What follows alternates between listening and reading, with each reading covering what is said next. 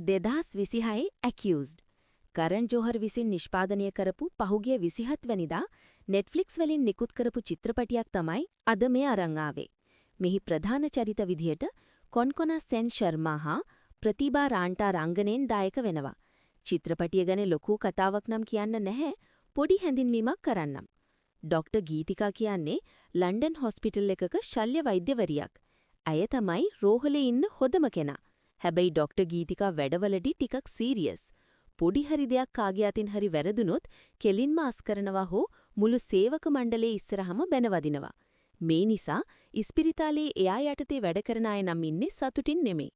මේ අතර වාරයේ තමයි ගීතිකා විසින් එතනට ඇය යටිතේ වැඩ කරන තරුණ ගැහැණු ළමයින්ට හා රුගින්ට සමලිංගික විදිහට බලාහත්කාරකම් කරනවා කියලා නන්නා දුන්නන ඊමේල් කිහිපයක් ඉස්පිරිතාලේ ඉහළට යන්නේ. ඇත්තටම ගීතිකා එහෙව කෙනෙක්ද? නැත්නම් ඉස්පිරිතාලේ කවුරු හරි මේක පලිගන්න කරපු දෙයක්ද? ඔන්න ඕක තමයි චිත්‍රපටියේ දිගහැරෙන්නේ. මේක ඩ්‍රාමා ටයිප් ෆිල්ම් එකක්. ඒ කතාවලට ආසාය අරන් බලන්න. එහෙනම් අපි ගියා.